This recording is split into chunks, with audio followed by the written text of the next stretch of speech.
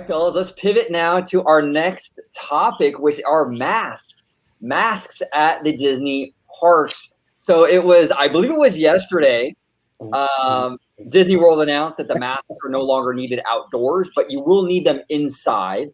Universal made their announcement, I believe, the day before. It was pretty soon. I think it was the day before Disney did. So this last week, there's been a huge shift in terms of masks. Vash, what are your thoughts on the mask situation going on here? Man, it was 8 o'clock yesterday this time, and ran across the feed, and just joy upon joy. I mean, look, it's quite surprising.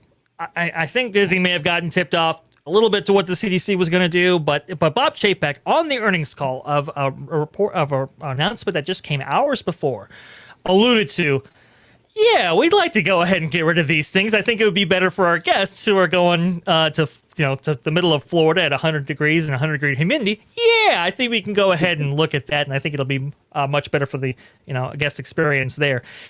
And he is absolutely correct. Now, again, there's wide-ranging implications for this, but for everybody who's concerned, this is the policy that parks in Europe have had since last summer.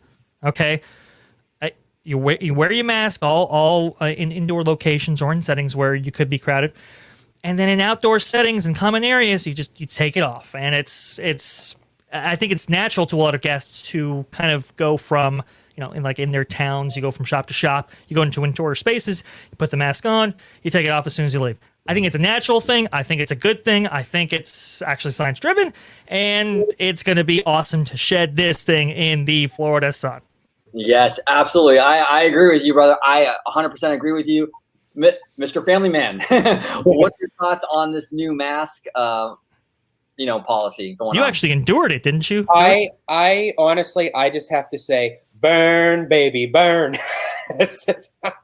I was, when I saw the quarterly earnings and Chapek was describing it and everything, and he was saying, well, yeah, as your point, Dre, when he was saying about, being in 95-degree heat in the middle of summer in Walt Disney World, people are going to be more comfortable this summer. Well, it doesn't take a psychic to know to say, pretty soon it's going to come. I did not think it was going to come that quick. It was like kablam. Universal said it, and then Disney just dropped the bomb.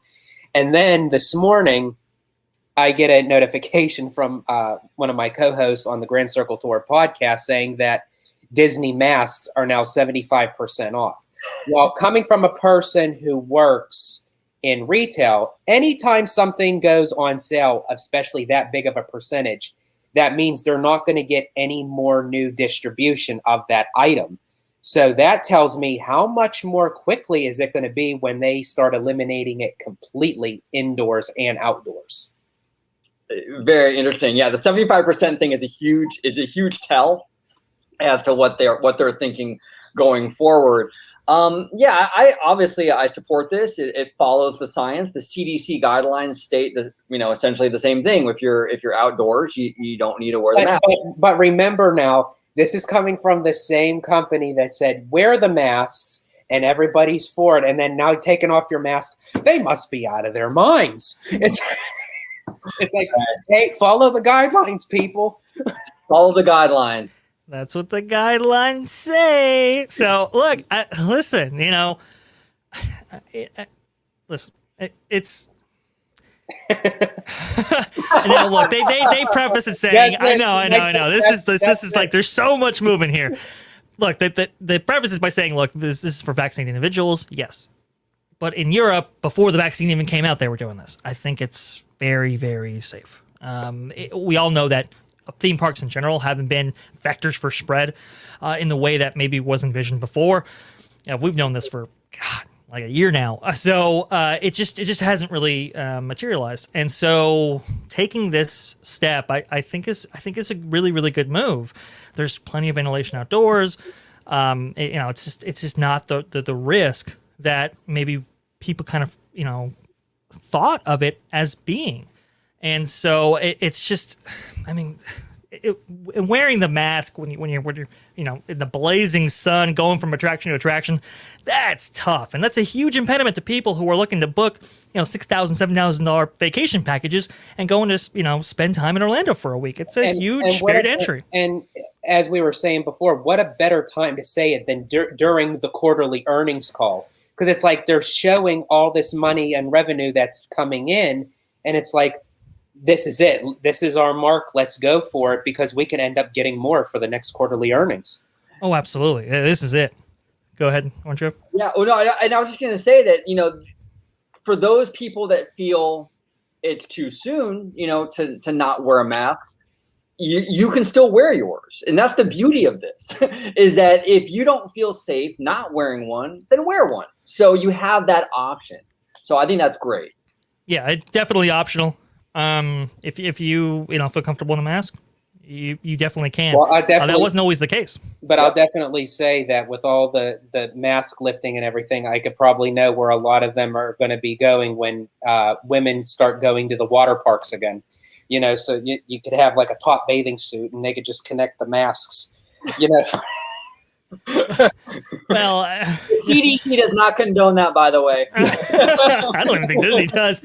But I mean, just looking at it now, have we heard any reports on whether anybody's able, I know, one of the big issues they were having was you could only eat when stationary, because that's the only time when you could actually, take off your mask and consume. Does anybody know if you can actually casually consume food while walking now outdoors? I would think so, because if you can actually, be outdoors walking around, I really don't think it would be too much of a difference because either way, you're having your mask off. Right. Now, yeah. I think what they would probably have a problem with is you cannot eat or drink while being in line for an attraction, because it still states, even though the line may be outdoors, the second you walk through the entrance of a queue line, the mask goes on up until you leave the exit. Correct. Yes. It's like a dog dash. It's the whole thing's outside. Doesn't matter. You got to wear your mask on there. Okay. But compared to where we were, like literally 2 days ago, I'll take it. Oh, absolutely. This is a huge, massive improvement. And so many queues are indoors and in air conditioning anyway. This is phenomenal. This is an absolutely now. What are your thoughts on cast members still wearing masks? Even though that they had lifted the restrictions for the guests, cast members are still required to wear the mask. Now, I know that they kind of reduced down that they don't have to wear the mask and the shield at certain locations, but they are still required. So, what are you guys' thoughts on that? Well, a friend of mine had a good point, and I think he might be right on this, where he was saying it might be a workers' comp issue with the cast. That's what I was thinking. Yeah, that's what I was thinking. So I think that's probably what's going on there. Yeah, and to echo his points, that's what I heard as well, that it might be an issue related to workman's comp, OSHA, or some of those things that might be driving that decision. I think, though, again, not too far off from what I expect, especially in outdoor roles. I would be pretty confident in saying that. I just don't think they were ready at this moment to go that far. But going into the future here, like I said, masks might be coming off in more locations, which is great. But look, I'm going to two things. One is, can we get rid of plexiglass on some of these queues and ride vehicles? I mean, come on, man, this is crazy what they've gone through and done. Rise of Resistance and Mickey Mouse Runaway Railway, they're very much affected by some of these things. Can we at least get them to shed some of that? That would be a really great thing. And please, please, please bring back nightly entertainment, specifically fireworks. Please, Disney, let's do this. Please, yes, 100%, Vash. And it's funny. My sister went to Walt Disney World a few months back, and she's obsessed with Frozen. She loves it. So she went on that Frozen Ever After ride in Epcot, and she said that the plexiglass, they put the plexiglass right in front of you, and it's a water ride, so you can't even see anything. The water's all over the plexiglass, and it totally blocks your view of everything. It's like. It's terrible show. Well, and it does know how much that even protects anything. Well, and now with them, starting to fill up every car, every seat, I think And even with now to Disney raising the capacity level, I mean, and that was the other thing that that's another thing too. You know, that he said, you know, at Walt Disney World, they started out at 35%. And he said, and even before the CDC news, we were already raising capacity. So now we're going to even raise it even more. Right. So I think, to your discretion, Dre, I think as far as with like the fireworks and the entertainment, they're going to have to start bringing them back, because with a higher capacity, they're going to have places and locations to put all these guests. Right. And there are, you know, for nighttime entertainment specifically, there are reasons why you do have these shows go off. I mean, you know, if you want to bring back restaurants like Ohana or some of the other food locations, especially in the evening hours, you really need those entertainment offerings to really extend that day out.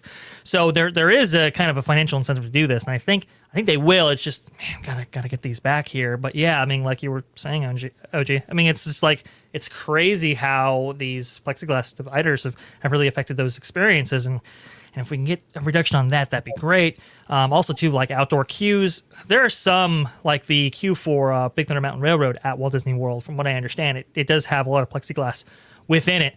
And from what I understand, it's like a nightmare to be in that queue with that much plexiglass. There's no ventilation whatsoever. It's very stuffy. We can get rid of some of those things as well, which probably do more hindrance than good.